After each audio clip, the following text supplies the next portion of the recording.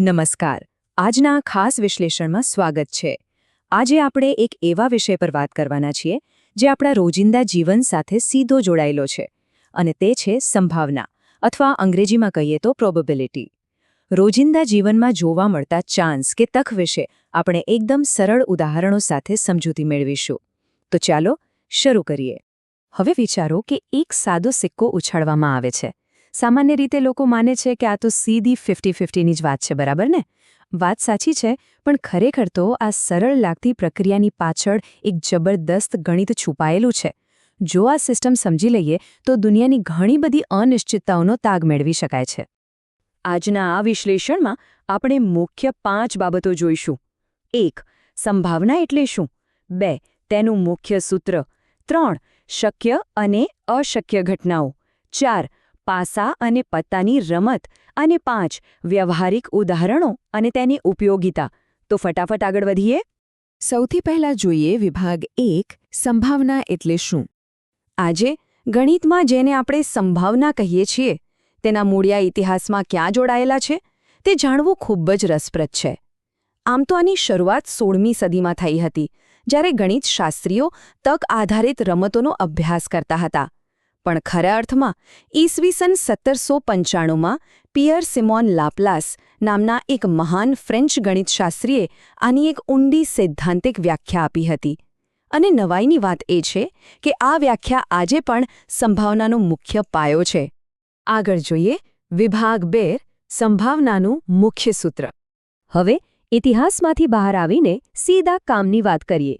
કોઈ પણ ઘટના બનવાની સંભાવના શોધવી હોય તો એ સાવ સરળ છે. આ માટે બસ એક નાનકડું સૂત્ર યાદ રાખવાનું છે. ઘટનાના સાનુકૂળ પરિણામોની સંખ્યા અને તેને ભાગ્યા શક્ય તેવા તમામ પરિણામોની કુલ સંખ્યા. બસ આ જે માસ્ટર ફોર્મ્યુલા છે જે દરેક જગ્યાએ કામ લાગશે. ચાલો આ જ સૂત્રને પેલા સિક્કાવાળા ઉદાહરણમાં મૂકી જોઈએ. સિક્કો ઉછાળીએ એટલે કુલ શક્ય પરિણામો કેટલા મળે? 2 જ મળે, છાપ અથવા કાંટો. હવે જો આપણને માત્ર છાપ જ જોઈતી હોય તો આપણું સાનુકૂળ પરિણામ માત્ર 1 જ કહેવાય. એટલે કે સંભાવના બની ગઈ 1/2 અથવા અડધી. છે ને એકદમ તાર્કિક અને સહેલું? હવે આવે છે વિભાગ 3, શક્ય અને અશક્ય ઘટનાઓ. પણ જરા વિચારો, જ્યારે કોઈ ઘટના એવી હોય જે ચોક્કસપણે થવાની જ છે અથવા જે ક્યારે થવાની જ નથી, ત્યારે આ ગણિત કેવી રીતે કામ કરે? ઉદાહરણ તરીકે, આપણે લૂડો રમતા હોઈએ અને સામાન્ય 6 બાજુવાળા પાસા પર 8નો અંક લાવવો હોય. આ તો અશક્ય જ છે ને?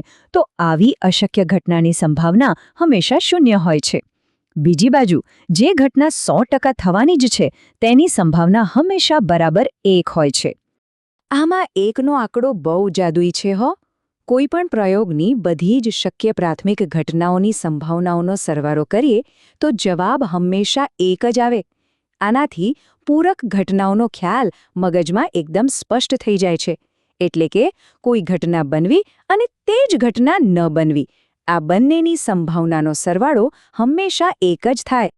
ચાલો હવે થોડા વધુ મજેદાર વિષય તરફ વળીએ. વિભાગ 4, પાસા અને પત્તાની રમત. અત્યાર સુધી આપણે એક સિક્કાની વાત કરી, પણ હવે જરા વધુ જટિલ અને જાણીતા ઉદાહરણો જોઈએ. ધારો કે 2 સામાન્ય પાસાઓ એકસાથે ઉછાળવામાં આવે છે, તો શું થશે? અહીં શક્ય જોડાણોની કુલ સંખ્યા સીધી 36 થઈ જશે. એટલે કે હવે આ રમતમાં કોઈ પણ સંભાવનાની ગણતરી કરવી હશે તો આપણો નવો છેદ એટલે કે કુલ પરિણામોની સંખ્યા 36 ગણાશે. તેવી જ રીતે પત્તાની રમત તો આપણે બધાએ ક્યાંક ને ક્યાંક જોઈ જ હશે.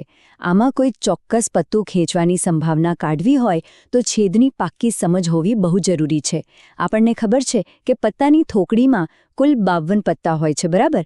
અને આ 52 પત્તા 13-13ના 4 અલગ અલગ સમૂહોમાં વહેંચાયેલા હોય છે: કાળી, લાલ, ચોકટ અને ફુલ્લી.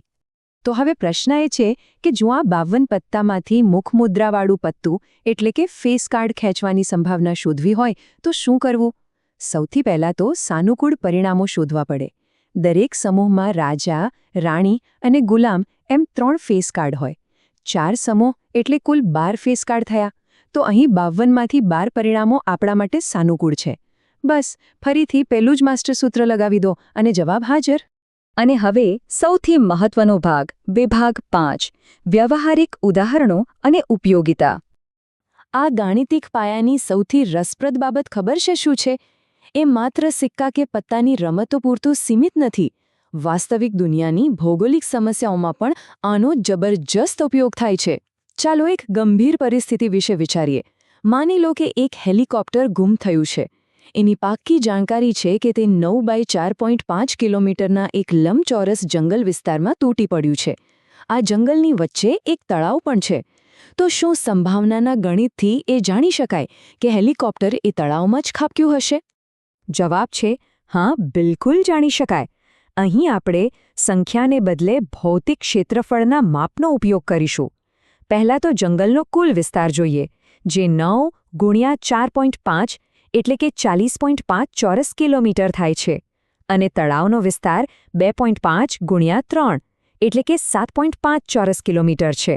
હવે આપણું પેલું જૂનું અને જાણીતું મૂળભૂત સંભાવનાનું સૂત્ર લગાવીએ.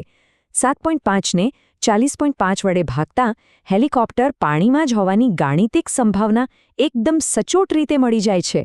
જુઓ, આ જ તો ગણિતની અદ્ભુત સુંદરતા છે. તો આ તમામ રસપ્રદ ઉદાહરણો જોયા પછી ચોક્કસ એવો વિચાર આવે કે રોજિંદા જીવનમાં આપણે આ સંભાવના પર કેટલી વાર અજાણતા જ આધાર રાખીએ છીએ, ખરું ને? પછી ભલે એ હવામાનની આગાહી હોય કે કોઈ આર્થિક નિર્ણય લેવાનો હોય, સંભાવના પાછળના આ સરળ અપૂર્ણાંકો આધુનિક વિશ્વની અનિશ્ચિતતાઓને સમજવાનો એકદમ નવો અને સ્પષ્ટ દૃષ્ટિકોણ આપે છે. તો છેલ્લે એક વિચારવા જેવો પ્રશ્ન. હવે પછી જ્યારે પણ કોઈ સિક્કો હવામાં ઉછળતો દેખાય ત્યારે વિચારજો, શું તે માત્ર અને માત્ર નસીબ છે કે પછી એક અત્યંત સચોટ ગણિત?